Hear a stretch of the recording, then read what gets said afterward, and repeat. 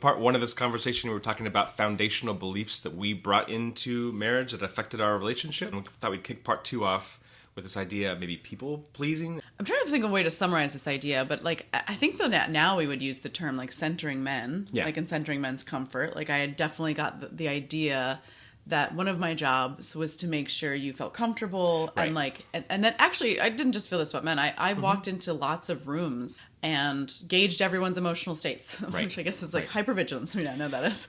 And so I could, then I could modify my behavior to meet people's needs. I've been basically looking out and like, how is everyone doing? I never walked into a room and didn't do that. I never walked into a room and was like, how am I just feeling? To the extent to which this was so significant that I was 26, I think, 25. And I was with a friend in the car. And she's like, it was winter in Connecticut where we live. And she's like, oh, are you cold? Want me to turn the heat on? And in the moment, I sat there frozen because I realized I had never asked myself the question, like, am I hot or cold? What do I need? Like, I didn't even have the ability to say that. I didn't even know how to ask that question. I never asked, how was I doing? My whole life. I would walk into every space and be like, how is everyone doing? But I didn't even have the ability to ask myself, in some ways, how I was truly doing. And then certainly not necessarily vocalize that or verbalize it. In the similar way that you talked about, you felt the need to perform certain things. I certainly did as well. And one way that this like came to bite us in the ass or bite me in the ass was like, I definitely had gotten messages about what motherhood is and what it should be and what a good mother looks like. And so when it came time to have a baby, and nothing about having a baby or being a mother was any of the things I had been told, I freaked out. And rather than acknowledging that, like, I'm really struggling, I don't know what to do, this is nothing like I've been told. I'm completely unprepared for this. In fact, I hate it. I hated early motherhood. But I definitely was no place to say that. Like, I'd only been told, like, motherhood's the best thing in the world. This is what you're meant for. This is what you're meant for. The minute you meet your baby, you're going to love them. The minute you meet your baby, it'll be the best feeling you've ever had. It'll be the most in love you've ever been. And I was like, who are you people? Like that, I have none of those feelings. In fact, it's the opposite. I feel very much the opposite of those ideas. And so rather than just acknowledge like, I'm struggling, I just tried to perform that. I tried to perform the like, I knew in myself, I'm like, this is not going well. I am not doing okay. I don't even like this. And rather than just say all those things, which I think would have been really helpful, and then found ways for me to get help, I just tried so hard to overfunction, to perform it so that no one might know on the like, oh, okay, because I thought there was something wrong with me as a person. Because I'd never heard real things about being a mom. It never occurred to me that like maybe there's nothing wrong with me. Maybe this is totally normal, which as it turns out is totally normal. Right.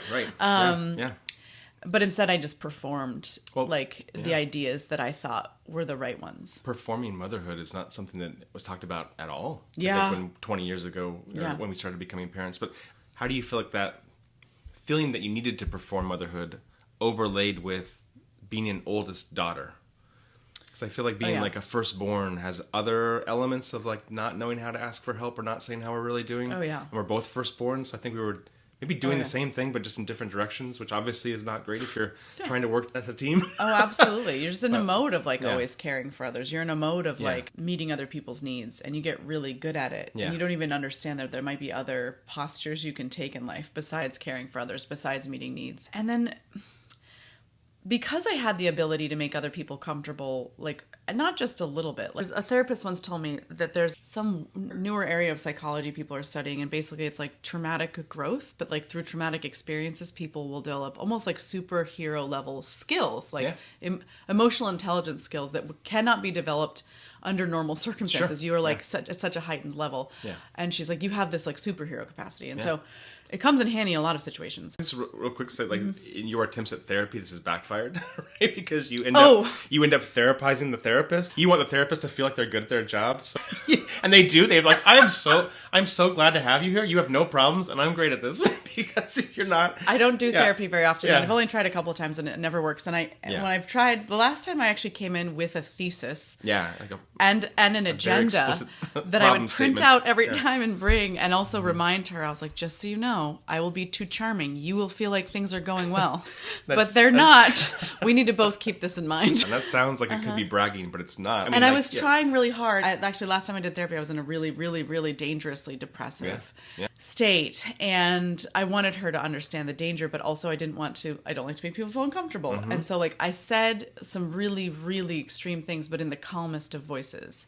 And probably like 2 months into therapy, she's like, I just want to apologize to you because you even told me, like, I'm going to make you feel comfortable. I'm probably going to be too charming. She's like, you even told me that. But you're right. I wasn't taking you seriously because I'd never seen anyone do as bad as you were doing and look as good as you looked. Right. Like, you know, normally like as bad as someone's doing usually looks a lot worse. Yes. Yeah. Anyway, so I was really good at making things look okay when they were not. And did not even know I was doing that, really. I wasn't like a conscious decision to like lie to everyone and tell everyone I was okay. It was unconsciously done. Well, you are a performer at your heart. In a world where you were given unlimited kind of resources or choices, you would have like been a figure skater, or you would have been like in Cirque du Soleil. So I think that part of you comes maybe naturally, but it's overlaid against this trauma response of like using that skill set. Your instinct and capacity to walk into a room and know, not just see people, but know how they were feeling. Like, was a huge social-emotional relationship level up, but I didn't have that. So you were doing all of this work, like in the relationship, and I thought, well, I could tell that she's not doing great all the time, but when I ask you what I could do to help, again, being hyperverbal, you didn't have words for it. I didn't have words for it. And then I didn't leave time and space for you to find the words. But even on top of that, I don't know that you felt like you had permission to say the words. And then the funny part was, I usually needed time to think about it. So you'd be like, you'd ask me, I'd be like, either say I'm fine or I don't know. And then the funny part, I'd come back to you later. I'm like, so I need this. Or like, well, you told me you didn't need it. I did that. And I was like, I was an asshole. I know, but I'm telling you now that I do. And you're like, well, you should have said that before. And I was always like, why is there a time limit? Yeah, there shouldn't have been. In my linear process, it was in the past. Like we already moved on. You can't have that now because I asked you once and you said no. And so we're on this path now. And I was like, what's going on? Yeah. Well, that happens sometimes with budgeting, for example. And it wasn't that I was trying to be an asshole. It was like the money that I had available when I asked you what you wanted to do has been spent.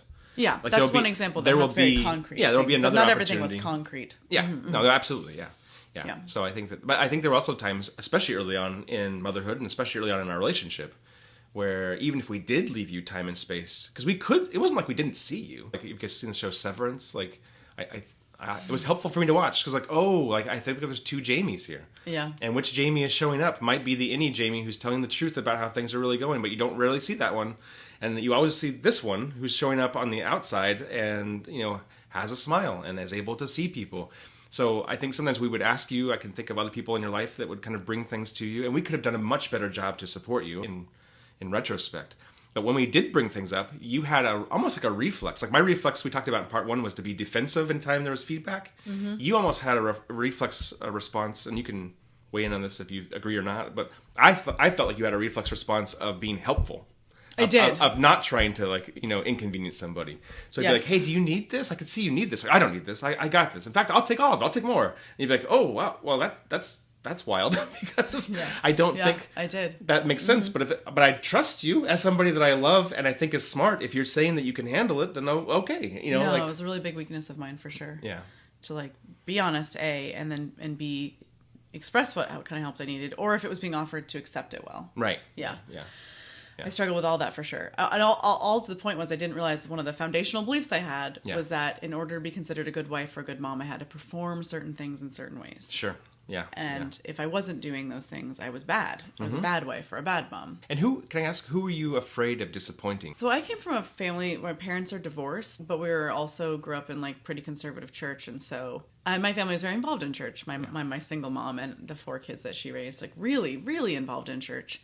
And there was always this thing of well, you guys, this family is a wonderful family, but divorce happened. Right. So we got to remind them that they're failures. And not constantly, but it was just the back, narrative. It was one of the windows that was always open on the desktop for our lives. So I just had this really big fear of well, divorce means I failed everyone. And so you know, in order to be good, like, and all these other ways I was performing Christianity really well, I'm checking all the boxes, like, and so in order to be, this is one of the last ones I haven't done, like, be a good wife and a good mom, and so let me perform this really well. Right. If I've been doing anything that might lead toward divorce, I am bad. Like, I am not good, which was so terrible, because I was like, oh, our marriage is hard for me. You know what I'll do? I'll read a couple marriage books. I'll have more sex with him. I was like, let me pray about it and then put more energy into our marriage. Yeah, and you were like, oh, our marriage is awesome. And I was like, actually, I'm doing terrible. Yeah. Whenever I would do that, it was like when I was feeling the most lonely, the most overworked, the most burnt out, is when I would actually like I'm like, okay, dig deep. Yeah. Dig deep. That's what they tell you. Like, pray to God, and then like let God fill your cup so that you can just, you know, sacrifice in these ways, especially women. Make sure you're a martyr. Make sure you're sacrificing. Yeah, Make sure. And I had one of the foundational beliefs, like, that sort of supported this idea that this was a good thing I was doing. Like, I had watched a lot of women who I respected and admired go through life in a way where I knew they hated what they were doing. I knew they were really sad, and they were also continuing to say yes to the situation. Yeah. It felt like they were modeling this sense of martyrdom duty is better than honesty. Like, martyrdom duty. That's definitely a value of the church. Yeah. Oh, yeah. For everybody. Yeah. Is, if you're suffering, you're onto something. Right. Yeah.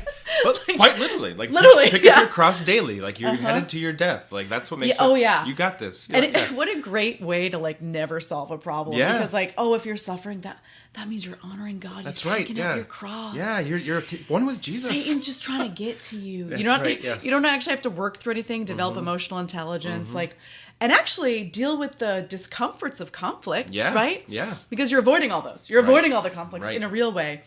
And because you're avoiding so many things, the truth is you're still going through discomfort and sadness and misery. It's just not in the open, right? Yeah. And so we can all say that, like, we're doing right by God. Yeah. She's humbled herself in prayer. Look at that little wife. Even though she was sick this weekend, she made 3 casseroles for the neighbors. Yes. Well, misery and suffering in the church are a Russian doll situation. It's like they fit into each other. You know, like, so my misery and suffering going into a job that really wasn't a good fit for me, like, matched your misery and suffering and trying to be a parent who was under-resourced and isolated. And so there were times, I wasn't like I was oblivious to how you were doing. I wasn't. Like, I was trying to pay attention with the capacity that I had, which had been undermined by what I was doing. So it wasn't like it was a really toxic situation overall, but I could still see, like, oh, hey, should we get you a therapist? Oh, hey, are you okay? And then you would double down on being a good Christian wife. I would get, like, a little note in my lunch, like, oh my gosh, like, I was feeling really low. Like, and she really helped me. Now, what I didn't see was, why the fuck did I not reciprocate that? Right. Whenever he was low or anything, he never made an effort to make our marriage better. And that's where I realized, like, oh, I'm okay with divorce now, because it's been 10 years of every time our marriage is low, I am the glue that keeps it together. Yeah. I am the one that goes the extra mile. I am the one that reads the marriage books or find the podcasts to discuss, or I'm the one that, like, finds the language. I'm the one that on our sex life, I'm the one that was like, I was reading book after book after book after book to try to figure out how to figure out her sex life. You were just like, hope it gets better. Like, that was your strategy. That was kind of my strategy. And I was like, I'm trying to do all these things. And I realized, like, oh, completely he never reaches back. Like, I am in this alone. Yeah. Like, and now we both made mistakes, but the effort to fix it is always on my side. Yeah. In real ways. Well, I don't know if that's true now. Is it, not now. Yeah. Oh, no, I'm talking. We've been married for 20 years, by the way. This is in year 10. I'm talking 10, about 11, 10 12, years 13. ago. Right. A lot of things are different now. Yeah, I was just curious. I was like, I'd be open to hearing it. Not present. But I think that was, you're right. We talked about in the first part of this conversation, my own inability to exist in any state of emotional dysregulation. So what would happen was, I would think, oh, we are struggling right now. I am certainly struggling. Seems like she is struggling. And then I would get that note. Or then you would show up in ways that were meaningful to me, or double down on trying to love me well. And then I would think, not being honest with myself, I would say, oh, I must have gotten it wrong. That feeling that things were in tension or not working well was causing me discomfort. Now that she has bridged the gap and created a situation of at least temporary comfort, I can take that thing that was bothering me, the idea that maybe things aren't working, and push it aside. Yeah. Right? Like, so, and I remember, like, years later, like, I would pray about it constantly. And I was like, where's the point where praying about it constantly meets actually talking to the other person the things that are bothering you. And this is where our like weaknesses like intersected. Absolutely, like I would try to talk to you about it and I would be shut down. That's or I'd exactly try to talk about it and like you would like scorch the earth trying to fix it. And so I was like, I don't know what to do other than stuck. Like perform it and then pray. Yeah. Like and then try to get better, you know, on my own. And then I just realized I'm like, wait a minute, like this is I was like, I don't have the energy. And finally I got to the point where I was like, good Christian girl, to hell with that. Like, I am so tired. And I also was like, I do not want to live a life this way. I was like, by that time I was about 30 years old, a little bit older. And I was like, if I have to live the next several decades like this, I would rather not live, honestly. I'm like, and then I have a choice. I can live or not. And so I just decided like, I want to live. And I'm like, even if it means he's not here, like, I just cannot live like this. Like, there was this period of time where I was frustrated, maybe even mad that you weren't telling me exactly how you were doing, and I had no concept that you had been trying. That in your body language you were like that, and with words, and with actual words. Like I had opportunities, and because I was uncomfortable with those opportunities and viewed them as threats, I pushed them aside. So it gave you no incentive to bring things to me. I was psychologically unsafe for you to bring important things to, which is the very last thing that I had wanted to be in a relationship, and also the very thing that I created out of my own fear. I think that's maybe life 101, right? Is if you just like grasp that the thing that you are most afraid of, if you're not actively trying to address it, it will come find you anyway. Right. So and you might inadvertently create that life. You're so focused on the thing you fear, and not being that, you actually end up just because you're focused on it, you end up creating that. The level to which I was trying to maintain comfort in a difficult relationship due to my own immaturity, due to so many other societal factors, due to like some incompatibilities. I pushed it away. Talk about a volcano. Like, I couldn't have felt more uncomfortable by the time the receipts were pulled on living life that way. Like, to be somebody who's like, oh, I love you, and in real practical ways not have loved that person. Like you said, like nemesis level results, I think. Yeah, we've had a discussion just recently where I was making sure I was okay. Because I had decided like years ago, I was like, I have lived this whole marriage thinking that we were both going to pour into each other and we'd both be looking after each other. And I realized, not because he was ill-intended, but because he didn't know how, there was very little pouring back into me. And I was making sure he was okay and giving very little effort to making sure I was okay. And he also wasn't making sure I was okay. So we were both making sure he was okay, and no one was making sure I was okay. Correct. And just made a vow to myself that I would never ever do that again, even if it meant that now I scorched the earth. And I was pointing out to him, he's like, oh, you're getting so angry. I was like, yeah, because I'm not going to let anyone walk on me anymore. Yeah. Even if you, like, no matter what, I'm still there. We're like... there's not grace here Your intention for you still. Does not matter if it produced nemesis level results. And it did. Like, so much of the first, I'd say 12 years of our marriage, like, had there been a person who was like, I hate Jaime, and I'd like to break her down in every way, here's the steps I'm going to take, is exactly the steps he took. Oh, man. That's so hard. Even though that wasn't his intention. Not even he still close, he had nemesis level results, even though he was actually trying to do good. Yeah, I was going to say, I think so much of that comes from the same thread, though. Like, so you were trying to perform motherhood. I was trying to perform masculinity. All the ways in which you were trying to take care of me, I was trying to take care of my employer and the people I worked with. Like, we were all, like, stuck in this artificial hierarchy of trying to please the person that was supposed to be above us. And I never, consciously thought like, oh, as a husband, I'm above you. But that was entirely the message of the church constantly. It was there's an actual chart for this. we have God, and then we have Jesus, and then we don't actually talk about the Holy Spirit, so that's not on the chart. So we're white church. Yeah, we're white church. Yeah. We're not talking about that. So you got God, and then Jesus, and then the husband, and then the wife, and then the children. The kids. Like, So it's like, it's got to go in this order. Like, and you got to love your wife the way Jesus loved the church, which means to die and be miserable. Like, okay, what a great message for like capitalism, right? Like to like just keep showing back up. So I missed you in so many ways because my ultimate allegiance about what I thought gave me value was to perform outside of the home versus even inside of the home, which is also a foundational message I got in my family of origin. I had my priorities out of order, or didn't really know how to live into the priorities, or didn't know how to live like truly live into the values. You had the priorities, but didn't know how to live into them. Yeah. So we hope that better modeling can do that on some level. Yeah. And it's been 5 years since COVID. And I guess I just want to say that like that actually in a weird way really helped. Oh, COVID did help. Yeah. Yeah. I mean, not that I would wish that on people again, but like I went from being gone out of the house 50, 60 hours a week and thinking that I knew what you were holding in terms of mental labor with the kids.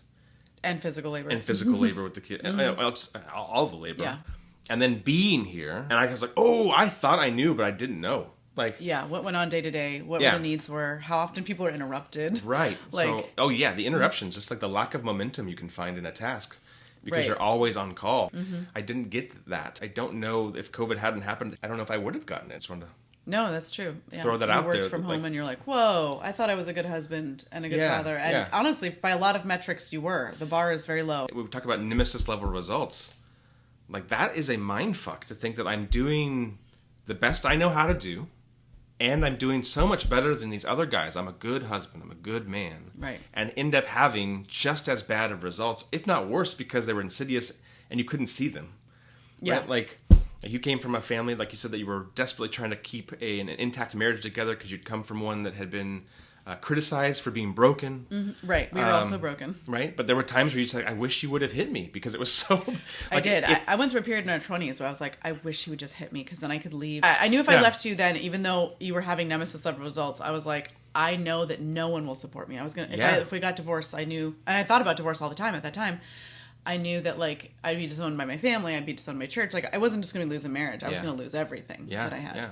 It wasn't just people pleasing. As a woman, like, you kind of have to, like, maintain the social order sometimes in order to still have access. Right. Right? Like, especially as a stay-at-home mom. It wasn't like, oh my God. Yeah. Yeah. So trapped. Other people can have a vision for your life that is well-intended and really comes from a place of who they are because it would be a life they like. Yes, yeah. But those people might not actually be looking out for you because first of all, they don't know how to step outside of themselves enough to really see you. And also you're just very different. You're very different, So I had a lot of people in my life that were like mentors or advisors or my parent that was very well intended, very loving, I think, but really missed the mark. And I spent a lot of time trying to follow their guidance, their instruction. I don't know. There's probably better churchy words I could be reaching for. And ended up just building a life that I hoped other people would approve of, but that I did not approve of.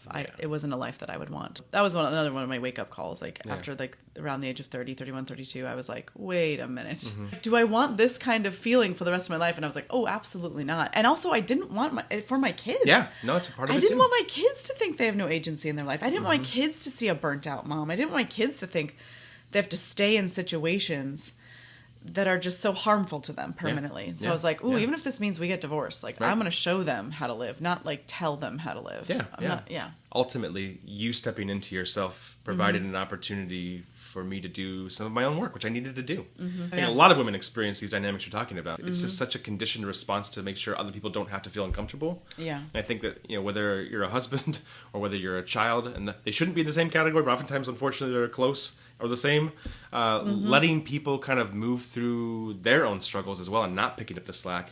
Yeah.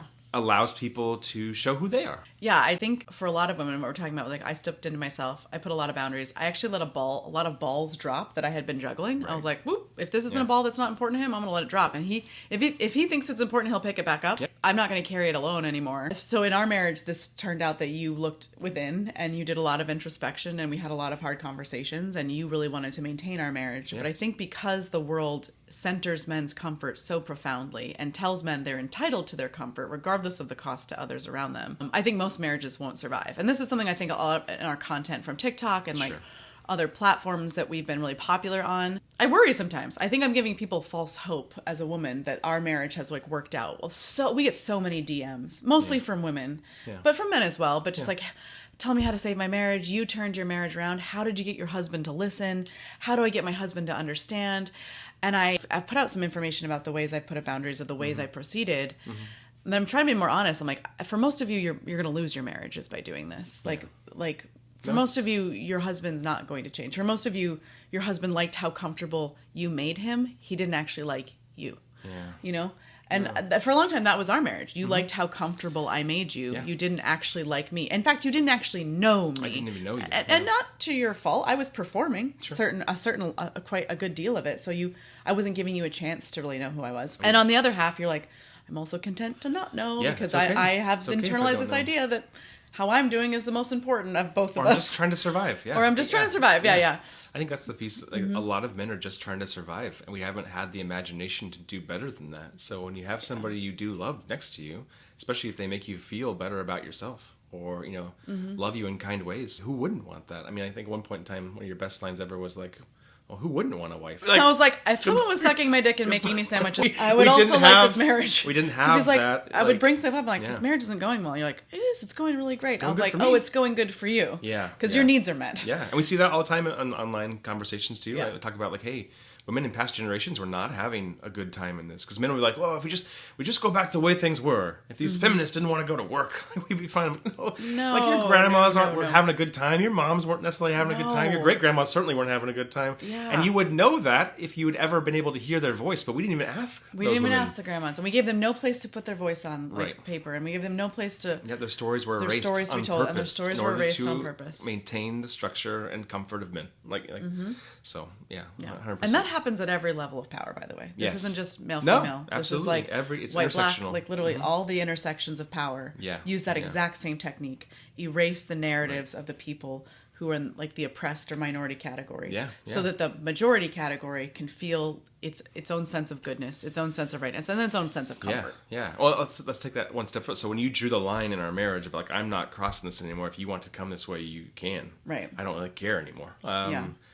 I did care, and I have tried to make that journey, but it's not been an easy one. It saddens me to say it, but it's 100% the start of that journey for me was recognizing my own pain point of like, oh, this is hurting me. Like to have this person hurts, but to have this person hurt and then no longer provide comfort to me hurts worse. Right? Yeah. If I'm being really honest about it, I was like, that's okay. I need to start walking. But people in power and privileged positions very rarely make that walk because they just find somebody else usually to kind of maintain the comfort. It's easier to continue believing lies than it is to take a look in the mirror and look at the evidence in front of you for a lot of folks. I don't know if we're giving people false hope, but I think the other piece of this too is our culture is set up for failure though. Oh yeah. Especially as it comes to relationships. So whatever bullshit people want to say about having more babies or, being faithful to traditional nuclear families, values. It's meaningless. Well, first of all, it's not true. But even beyond that, if you wanted it to be true, you'd have to support the systems. And they're not being supported. No. Like, I think we saw stats by percentage who helps care for a baby. It's modern hunter-gatherer. Yeah, okay. The dads on that pie chart were... 7%. 7%. Yeah. So, I mean... But the moms were also only 15%. Correct, because there's a village. Yes. Older siblings, aunts and uncles, other family members. And if you even look at like hunter-gatherer societies, how often a mother's holding her brand new infant in the first year, the mother's only holding the baby 30% of the time. Right. And that's it's usually only while she's nursing. And then the baby gets passed off to someone else. Yes. And so, and someone else is holding the baby. Yeah. And so, but that does not happen in modern American culture. And in fact, we shame people that they might need other people. Yeah. Well, for a long time, we relied on free labor, mostly of black people. And then we relied on black women to take care of white kids. And then we started relying on moms to take care of kids. We said that, moms stay home and we'll rely on we'll actually it's always make sure labor. that women can't get bank accounts or credit or even you can't have any a autonomy, home loan no way out. or nothing without a man. And this way we'll make sure the free labor of women is available to men and to society. Like it's actually stolen labor. It's not free. You're right. It's stolen labor. Stolen labor. Absolutely. Yeah, right. So, but we've been relying, and now the system is breaking. So it never worked. The cracks were always there. We're just able to see them a little bit better. And I think, a mom cannot do 50% of parenting well, probably. And we're asking moms to do 90% of that. So for men to kind of walk across the line and be like, okay, well, I'll pick up at least 50%. From the 7 or whatever society expects me to do is quite challenging. And also it's unsustainable still to both parties, even at a 50-50 split, because it was never meant to be two people. It never was. And that's one of the foundational lies that I was going to bring up is that I believed the nuclear family was enough. I believed that a mom and a dad is what kids need for a healthy life. And turns out, no. Need a wrong. Lot more than that's that. a lie.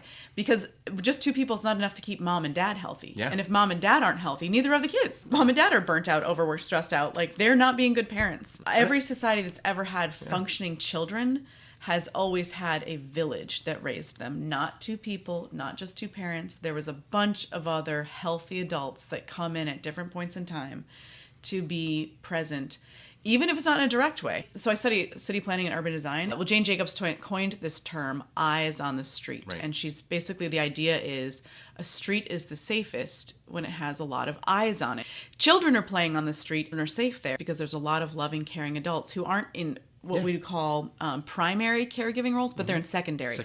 They're doing other things. A cafe owner is sweeping out from under the tables of his cafe while the kids are playing nearby. And if a kid gets hurt, every adult in the area counts themselves as a resource. So a kid gets hurt, any adult runs out into the street. It's not the mom or the dad that needs to be there. It's like, hey, this kid's knee is skinned, or we need to call an ambulance. Another adult can do that. And there was a time in history, and even American history, where every adult counted themselves into the care of children. And now, if a child was in a street playing and got hurt, we'd say, well, where's mom? Where's dad? Right. Oh, these people, not only that, but they're neglectful. I'm going to call the police on these parents. These kids weren't being supervised. Yeah. And there's no sense of, oh, I am the loving village. I am the caring adult. Yeah. And so this idea that somehow parents can also be with their children, watching their children 100% of the time, is just the biggest load of shit. Yeah, it's unsustainable. The biggest load of shit. And everyone wants to believe that lie because it means that you can absolve yourself of responsibility to community. Yes. I don't have to participate in community. I don't have to be a loving, caring participant in my community. I can absolve myself. Right. It's mom and dad's responsibility. Yeah. It's your guys' fault, you know? Yeah, and when we buy into that, though, if I think it's my responsibility as dad and you think it's your responsibility as mom, again, even if you are doing more of the emotional labor and I get on board, like, oh, I should share it with you, like, both parties are going to be frustrated because there's just not enough support to go around. And so I think that when women are saying, like, we need more, you're right. Oh. And when guys are saying this is really hard, Women it's unfair. Screaming men at are the also top of their right. lungs. So I think what is happening a little bit is we're not trying to have these conversations to pit men versus women. We're trying to give better information and better language so that people can realize that we're all on the same side here. We need a cultural shift. If a parent doesn't have every single thing they need to provide for a child, the community will say you shouldn't have had children. That's what they'll say. No other generation ever had to have every single thing you needed. No. It was assumed that the community would also provide. Yeah. And now there's this lie that those parents should provide every single thing a child needs and that they should be independent of everyone. And if they are, that they're successful parents. And really, we just have an unsuccessful society. Yeah. And No, so totally you're right. Now that you do produce, we try to do 50-50. We also recognize that's still we're not obsessed with enough. 50-50 as a stat. It's like we're just sharing the labor. We're trying to share labor, yeah. Sometimes I do more, sometimes you do more. But Right, we're in this together. But it's still, oftentimes at the end of the day, like, oh man, and you had said this forever, I just didn't get it. Because you were holding the labor. Which is like, we really could use more help. We need more help. We need more people here. We need more help. I said that all the time our when the kids deserve more people. Yeah, you need to remove yourself sometimes to re-engage with a problem. As humans, we're not robots. We can't just keep going and going and going. We need rest. Sometimes we need a perspective. We need a village. That's the problem. That's the problem.